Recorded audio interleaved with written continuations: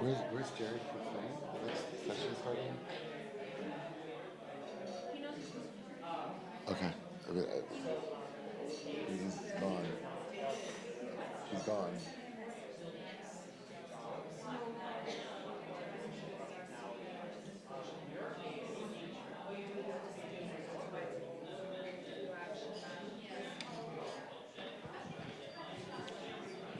Can we get Nate to film? Yep.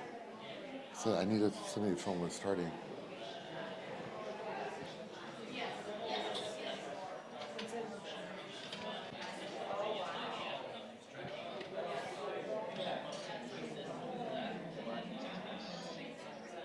We're starting. Where's Jared to film? He wasn't told to film. Yeah, no, it's 10 to 2. Okay, recording it here. The session started. Okay. Good morning. Grace said she's got both the sessions recording after yesterday.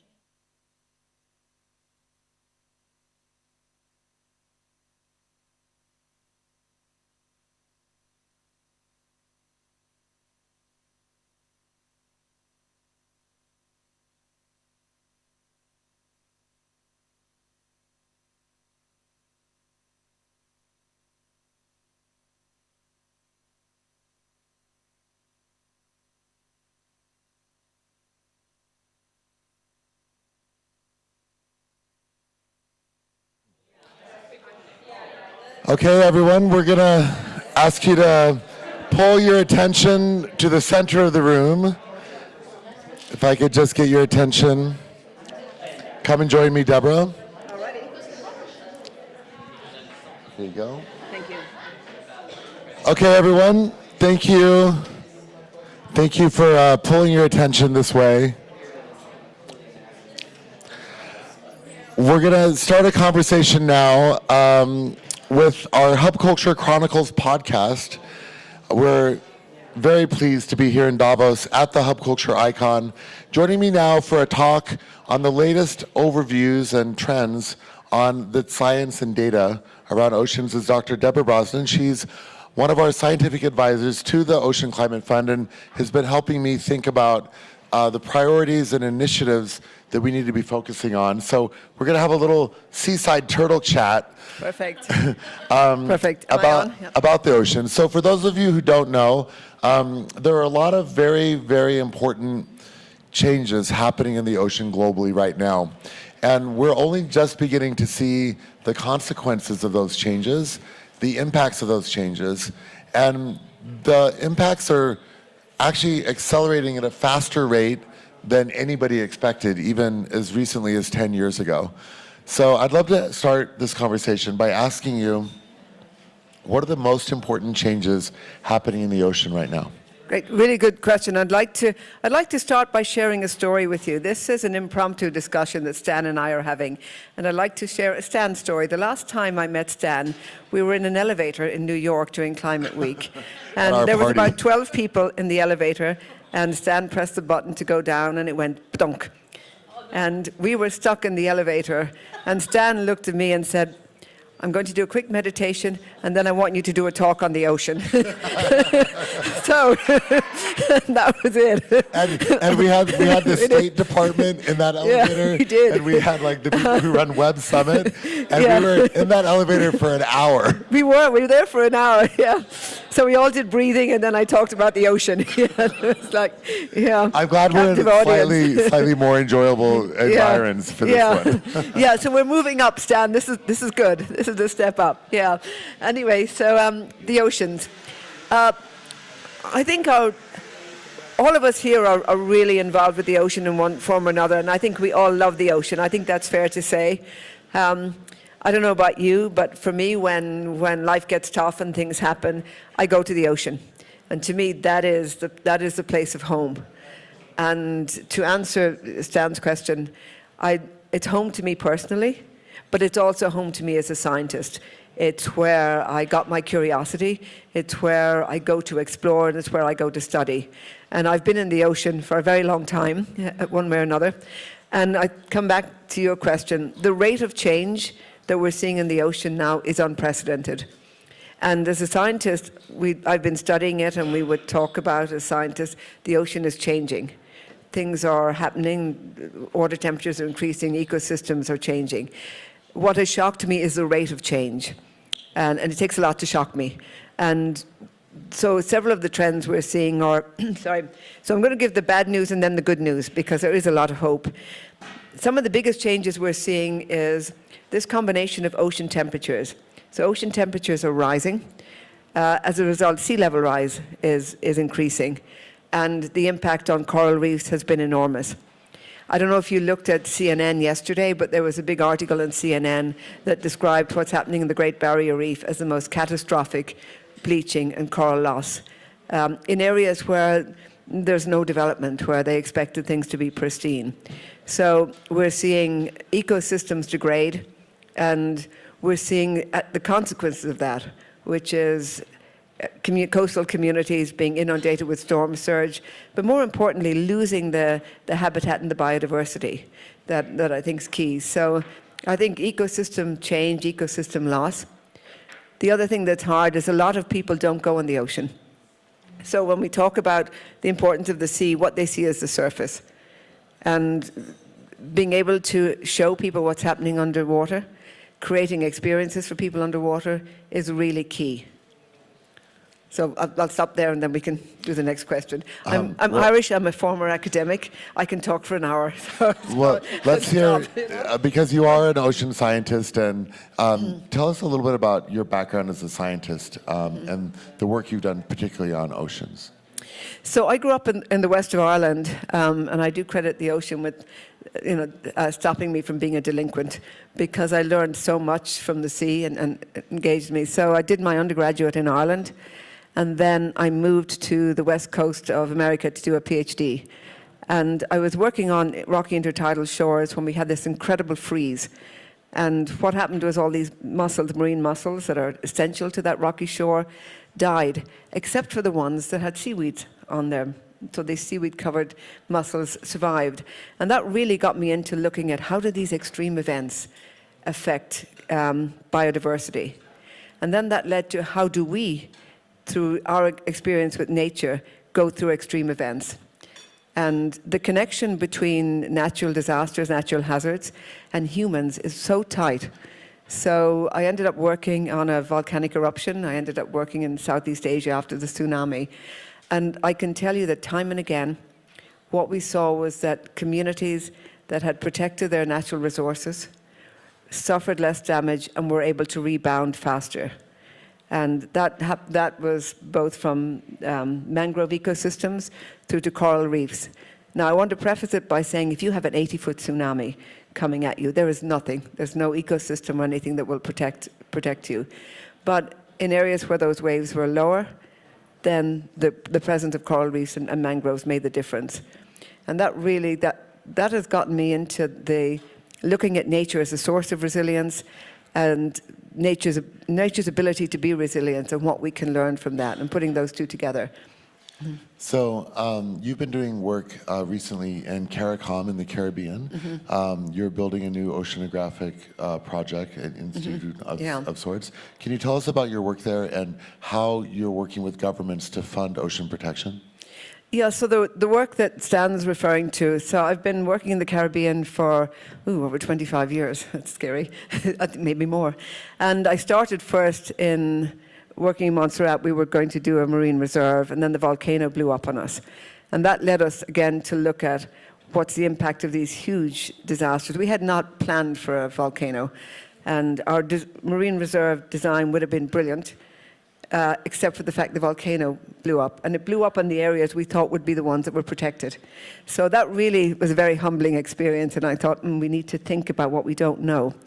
And that led to actually doing a marine reserve then in St. Bart's in the nearby island. And now we're working in Antigua and Barbuda. And what we're doing there is, it comes back to what I've seen, is the degradation of coral reefs, which started really in the 60s and got really bad in the 1980s when a lot of the reef-building corals got a disease. The cropper was diseased, and they died. You had like huge mortality, 90% mortality in some areas.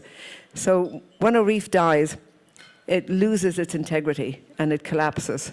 So we're getting a collapse of reefs, and it can be, literally 3 3-4 meters below the surface over time. And as that reef collapses, the waves come in, and they come in much harder and faster on the shore. So we began to see changes on the shoreline from these reef collapse, and of course, no habitat either. So we were starting to get calls from people saying, I bought a home and the sea was 35 meters over there, and now it's 7 years later and it's in my door, literally, not breaking down the wall. So that led me to think about, rather than building seawalls, which is what people tend to do, why don't we look at what nature provides in coral reefs? We know they work. These are nature's original technology. So what we're doing is two things. We are designing and building reef structures that mimic the set of habitats you would find on a natural reef. And then we're doing the hydrodynamic modeling to figure out where should we place these reefs. And then we've got some AI technology to monitor how they're doing. So we've done 2 now, we've got 2 more coming up, and we're scaling up on these. That then led to the idea of, well, these responses to resilience are really important for island nations. And to be honest, most island nations don't have the resources or the expertise, and people from outside come in, including myself. So we decided that we should build an innovation lab in Antigua and Barbuda. And I'm doing this with a man called John Paul DeGioia, who's a billionaire, philanthropist, environmentalist, who was homeless twice in his life, living in his car in California, rode with the Hells Angels, and then came out of that and sort of built an empire with hair care and Patron tequila. So it's quite a mix. But who? Well, I mean, what a story! Yeah, what a life! Yeah. So he and I met, and I'm very fortunate to have met him, and he got the whole idea that we have to invest in solutions, we have to invest in islands. So he's providing the funding, I'm providing the science, and the idea is that we create this innovation lab to build on the work we're doing, but also to provide a platform for other people to come in and maybe test some of their technologies, because we do have the permits for it. I'll come to that in a moment. But it also gives us the opportunity to bring local students in to work with scientists and create those dynamics, which I think you do very, very well, Stan. You understand the need to create community and to bring different people together. So that's one of the goals we're doing. We've signed an MOU with the University of West Indies. We're doing some other ones with CORDAP as well, but the University of the West Indies particularly, because they've got students, we've got a platform. Working with the government, working with governments is interesting, particularly in the Caribbean, because things do take much longer. And I find governments are very, very interested, and they'd like to see things happen, but often you have to be the catalyst to make it happen. You've got to get the funding elsewhere, and then bringing the government along. And I think that happens in most places. In Antigua and Barbuda, where we're working, Gaston Brown is the Prime Minister, and he's become a leader on the world stage for climate and small island developing states. And that's really helpful because he is a statesman in that area. So this aligns with, if you like, his vision as well. So that was a long answer, huh? No, I did warn you. I did warn you. I'd like to sort of drift back toward the science again right now. One of the things that within the Ocean Climate Fund we've been looking at is the science around acidification. And so the typical, correct if I'm wrong here, but as I understand it, the typical pH balance of the ocean is measured around 8.5. And in areas where you have pollution and absorption of carbon dioxide from the atmosphere, which the ocean does absorb about, most of it, at least 60%, we're seeing that pH balance is dropping from 8.5 toward 7.9. As I understand it, below 7.9, it becomes difficult for phytoplankton to be able to survive because the ocean becomes too acidic. That then results in die-offs, and you see this with occasional dead spots in the ocean that happen in the Gulf of Mexico/America. And then even off the coast of Oregon, India, we're seeing these dead spots arrive around the world. And then because of these die-offs from plankton, we're now starting to see whale migrations change, especially in the tropics. And the thought is that that's because as you move up the food chain from photoplankton to phytoplankton to zooplankton, that the lack of this base of the essentially ocean algae is starting to reverberate up the food chain all the way to even whales, and they're not finding the food that they need to be able to complete their normal migratory patterns. I'm just wondering if you could comment on how fundamental you think this is, and whether or not there are any hope of solutions that could reverse acidification to preserve life in the ocean.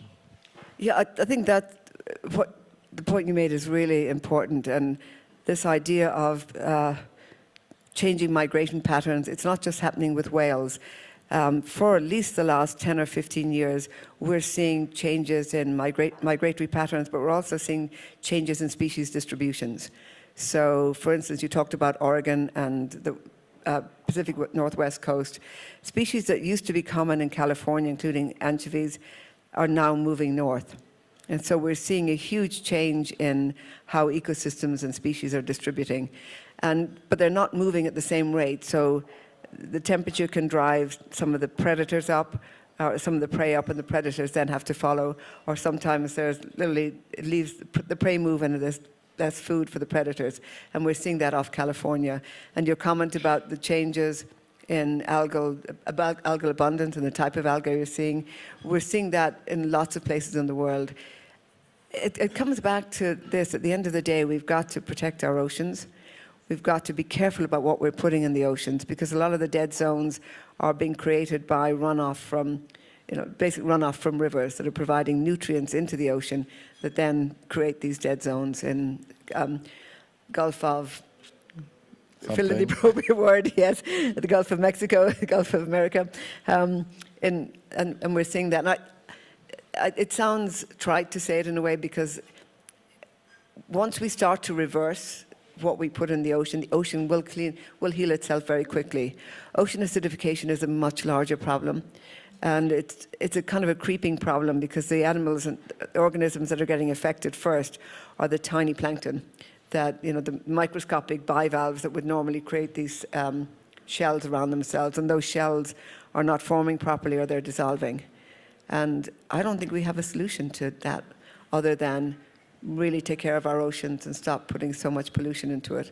But the oceans have absorbed about 90% of the excess carbon from heat, which is a phenomenal amount. Yeah, and that actually leads me to my next question to you about the feedback loops and the delay in the feedback loops. I've heard various people say that we are 20 to 30 years behind on the carbon sink cycle.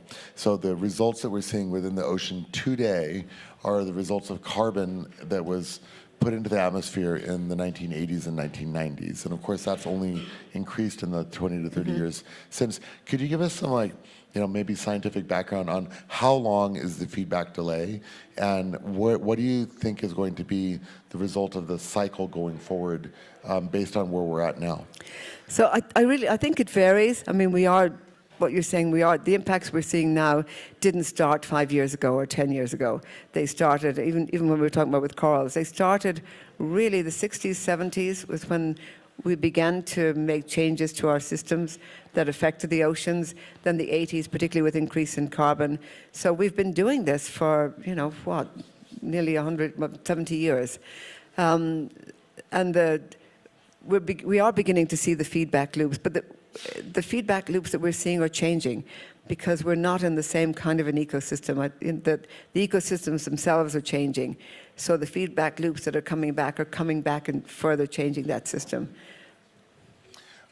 Currently, or just recently, there were 5 simultaneous typhoons in the Pacific headed towards the Philippines. They got hit every 3 days, which has never happened. We're also seeing unusual hurricane activity in the southeastern Pacific. So suddenly LA is in the path of hurricanes, which has never happened. And then you're seeing reverse hurricanes go from Mexico back toward western Florida. Can you comment on why this is happening and what's driving that kind of more extreme weather? Is it just temperature, or are there other feedback loops? So it's a combination. I mean, there's 2 things happening. One, the areas that normally experience hurricanes, climate change is not causing hurricanes, but we have changed the temperature in the ocean. so and the atmosphere, so that when these hurricanes form, they quickly ramp up. I mean, we've had hurricanes. I think it was Helena and in Florida this year that went to a Category 5 in something like 24 hours or 36 hours. So the hurricanes are getting stronger faster, and it's not necessarily that they're increasing in frequency across the globe, but they are increasing in intensity. And they're also changing the path. So in the Caribbean, it used to be that if you had a sailboat in the Caribbean, you would only get insurance if you took your sailboat south to Barbados. Guess what got hit this year with the strongest hurricane was Carriacou and the southern islands of the Caribbean. So we are seeing we are seeing a change in pattern, and that is not going to go away. That change in track, the change in intensity, it's going to get worse unless we step in and take some action. But we also have to make sure people are more resilient now. Yeah, I do think resilience is one of the key words on the ocean front right now. And I want to get into the solutions, but I would like to ask you one more question about these changing patterns, because they are so important for us to understand and to understand what's actually happening. So as we all know, we just finished an El Nino, and that resulted in more moisture in California over the last, say, 3 years. And drier conditions in places like Canada. So we saw wildfire burn in Canada that exceeded all 50 to 60 years of logging in Canada in one season. Yeah. And then at the same time, a La Nina started. And when I was in Brazil, actually with Amber, we learned some really interesting data from the Brazilians about how La Nina is affecting the Amazon. So it's typically that when La Nina comes, California dries out, and we're seeing that now with this kind of extreme drought with almost zero precipitation in California over the last 9 months, which really exacerbated the recent fires. But the big surprise that they were talking about in Brazil was that typically when a La Nina happens, it ends dryness in the Amazon. So the Amazon does go through drier and wetter cycles. El Nino results in a drier Amazon, but La Nina results in a wetter Amazon. And they think that the reason that happens is that the North Atlantic current, which everybody has talked about being one of the greatest risks for ocean change, is a result of this current that comes up from Europe and goes around Greenland and then comes back down North America to South America. And for some reason, when this La Nina started about 9 months ago to a year ago, they would have expected rains to start coming back to the Amazon. But they actually found for the first time ever that that has not happened. Something has gone wrong with the Atlantic current, and the rains have not come from La Nina into Brazil. This is a big concern because it means that the Amazon is actually much more at risk for fire than we would have potentially anticipated.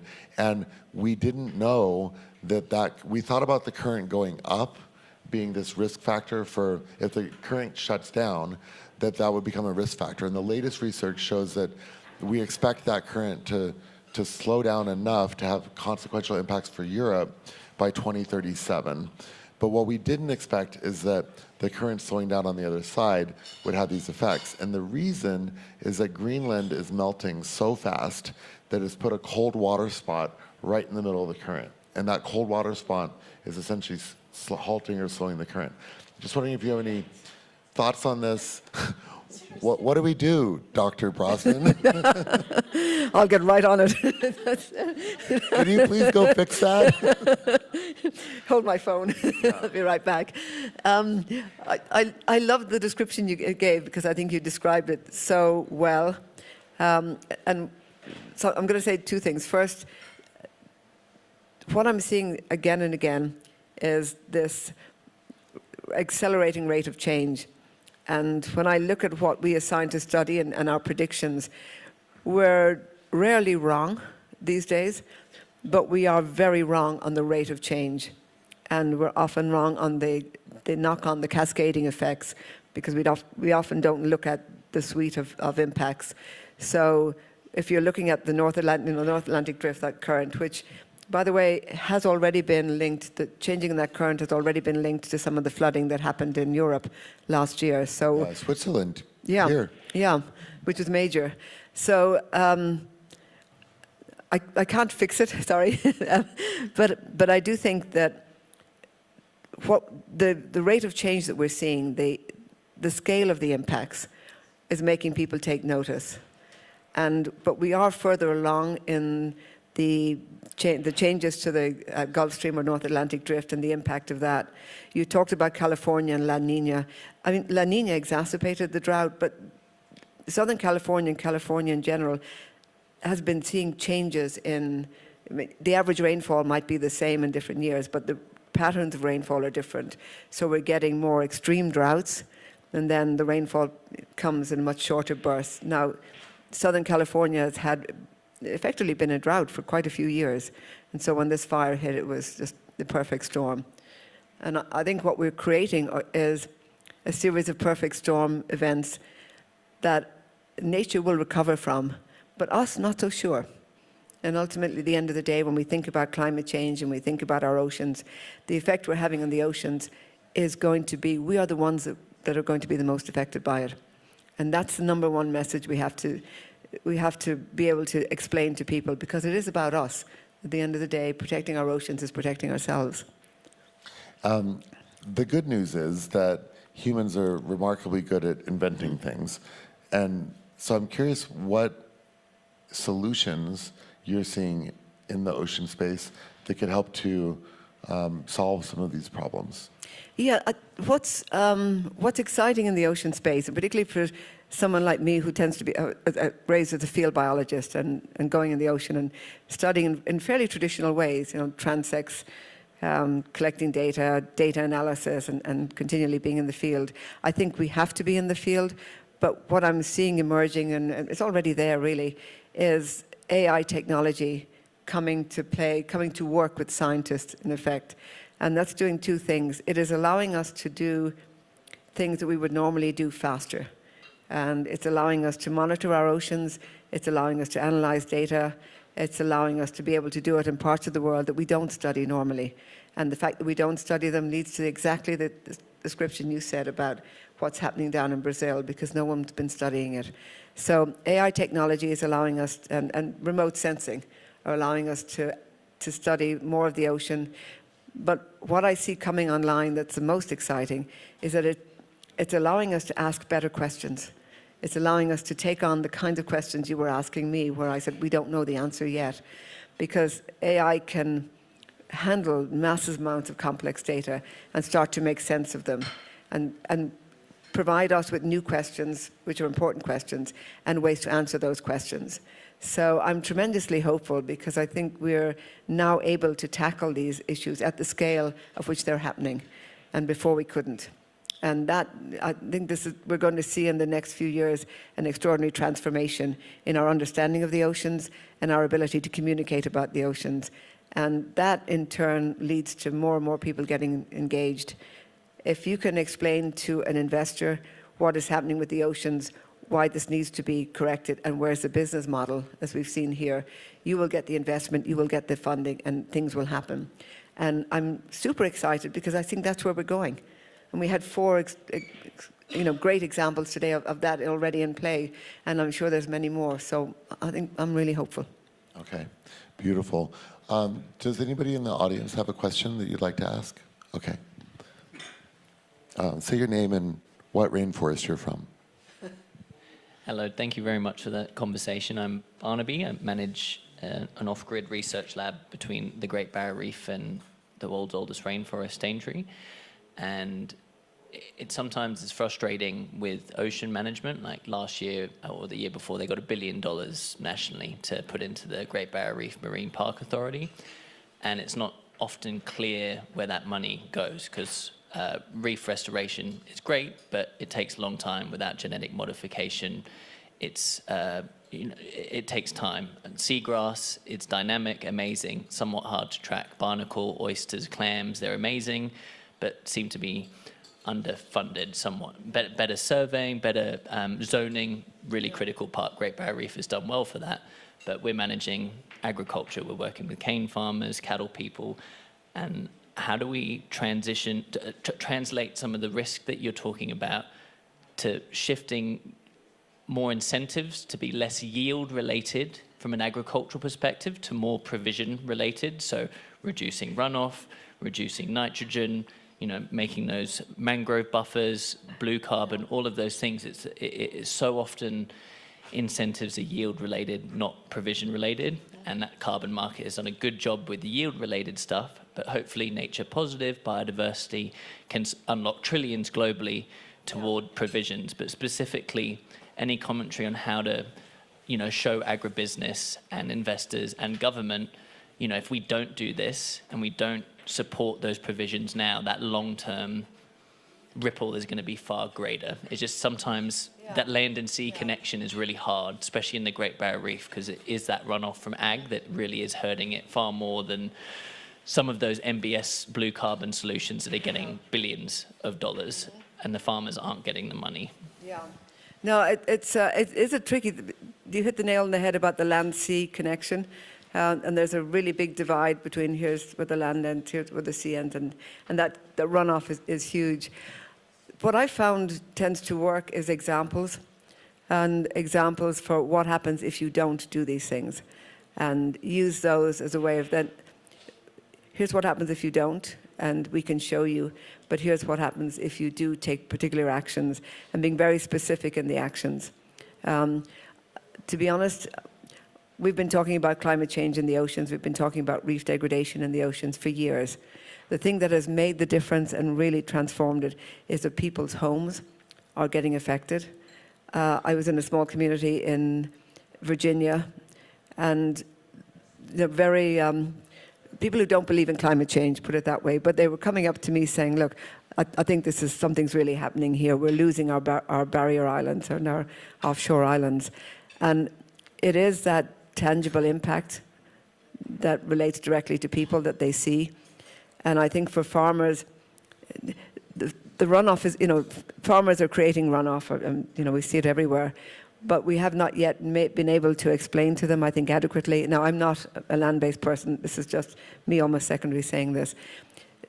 Being able to explain the impacts and how they can change their behaviors and creating a positive investment. And I don't know if that, you've made me think a little bit about who invests in that. Is it ocean people or is it land people? And I think we have to start bringing in the ocean people to invest in it, because that problem doesn't start at the edge of the sea. And I think maybe that is the way to go, even stand with this fund to think about how do we connect the two together. It's very interesting. It's a very good question. We've actually been having some conversations about just wastewater management, because in our research with the OCF, we've been learning that wastewater management is actually one of the biggest things for ocean health. So if you're pumping sewage right off a pipe, 2 miles out into the ocean, it's untreated, which happens in a number of countries, you're not really going to have very good ocean health around that. So there are definitely land and sea-based connections. Well, I'll give you an example of something that it was catastrophic, actually, has been for the Caribbean, is sargassum. And sargassum is a floating weed. In the middle of the ocean, there's a big sargassum sea, and it's kept in place by these ocean currents. And every summer, the ocean currents get a little weaker, and some of the sargassum floats, and it comes in. It used to get a little bit on the beaches, would go into the Gulf of Mexico. And then one year we got a huge bloom, I think it was 2011, and we were like, wow, currents must have changed and must be weaker and whatever, and then all this sargassum was coming in. That was the start of what turned out to be a very different story. The sargassum was not from the Sargassum Sea. It was coming because of the Amazon and the Orinoco, but the Amazon agricultural runoff was coming into the ocean and feeding this sargassum, floating sargassum. And now you're having these massive, massive blooms because you've got nutrients, you've got sunlight. It is exactly what you need to grow sargassum. Now, I don't know if any of you have been following the issue, but several bays have been closed at different times of year. It's now a constant problem. And I was talking to one hotel owner and said, we are spending 35,000 euros a month on trying to clear the sargassum up from when it comes on our beaches. And of course, when they clear it up, they also take the sand. So now they're losing sand as well. And the phenomenal cost of the sargassum bloom, which literally was caused by agricultural runoff. And nobody can fix this problem now. It's become ingrained, and the question is, how bad will it be from 1 month to the next or 1 year to the next? And I can show you some amazing photos, some horrific photos of entire bays just completely filled with sargassum. And it's also a neurotoxin when it starts to rot. So, and it affects sea turtles. Sea turtles can't get through it to go out to the sea. So that's, I think that's a good case in point about had we looked at that problem as a land-based agricultural problem and tackled it there, we would have stopped it at the source. But instead, we've been trying to stop it in the ocean. And I think that's a really good example of what you're talking about, of how we should be thinking of it. So, yeah. I'd like to spend a moment on marine biodiversity. So there's quite a lot of research that shows that we're down to the last 10% of just about everything. And, you know, Jared Diamond wrote a very amazing book quite a while ago, back in 2005, called Collapse. And it looked at how societies collapse. And in that book, he talked about resource management, and the lack of resource management as being one of the major factors in every societal collapse going back through all of recorded history, past Easter Island, past the Romans, past whatever. And what he said was that once you get to 5% of those resources being consumed, you actually start to enter conflict. And then from conflict, you descend quickly into collapse and the exploitation of the last of that resource, because people are operating in a context of conflict. It feels like the changes that we're seeing geopolitically right now and this hardening of discooperation is potentially a resource issue, because we're approaching that bottom 10% of these natural resources. The oceans are really the front line for this, because they're the last place where we have the shared commons. And so I just wonder if you could leave us with some numbers on marine biodiversity, and do you see any bright spots in terms of recovery or hope, and can that be replicated? Yeah, I think I'm familiar with Jared Diamond's book. In about, I think it was 1995 or something, then Secretary of State Madeleine Albright did something very interesting. She asked the State Department to do an analysis of every conflict that the US had gotten itself involved with, and what was the root cause. And it came back that in over 95% of all cases, it was natural resources, often to do with water. And that the prediction was these conflicts are going to increase. And so they used to do an analysis every year. I don't know that they still do it. So that, coming back to your point and reinforcing it. In terms of biodiversity, we are seeing huge declines in biodiversity. And I work particularly in coral reefs, and they are, you know, we're seeing, again, depending on the analysis, we're seeing analysis that we could lose up to 90% of the rest of our reefs in the next 10 years, that we've already lost 50%. And it's not the coral reef, it is what that coral reef provides in terms of fisheries, shoreline protection, but food sources. You know, 25% of marine biodiversity is found in coral reefs. Over 1 billion people a day depend directly on coral reefs. And if you take those away, you will create more conflict. Now, let's talk about the hopeful. We are not yet at the point of no return. And we can, if we either, through active regeneration of either creating protected areas or actively working on creating these habitats, we do see these come back. When we put our first reefs in the water, we were thinking coastal resilience. Within a few months, we had 36 species of fish living on those reefs. And we had lobsters and invertebrates and a whole bunch of other marine life come and take up residence in those areas. And it is possible to regenerate marine life. I think we've got to do two things. We've got to protect these areas or create areas for marine life. Yes, MPAs is one. But the other is to do them in a way that they're not always considered off limits to people. So we have to tie that into the local economy and even a more global economy, which we are seeing with carbon credits and seagrass. But if we expand that, suddenly biodiversity and habitat becomes a very valuable asset to people who think in assets. And you know, I can only say that I'm seeing it happening. And I can give you like specific examples, but it is happening. It's not, the question is how fast can we make it happen? And it is the speed of it. And so our one resource now is that we need people and we need models that are replicable, and we need them fast. You know, just to reinforce your point, I'd like to tell you a little story. This year, I was in Brazil for my birthday at the end of November, and my birthday present to myself was to go to one of Dr. Sylvia Earle's blue hope spots. So if all of you want to Google this or look at this, Dr. Earle has designated these hope spots around the planet as areas of particular marine biodiversity and places that must be protected. And working with the city of Rio de Janeiro and the state of Rio de Janeiro, they have designated the whole coast of Rio, really right from Ipanema all the way down past Joá, and these islands that are just off the coast as one of these Mission Blue Hope spots. And so I went out with this is the Sustainable Ocean Alliance, and we just took a boat out to one of these little islands and went snorkeling.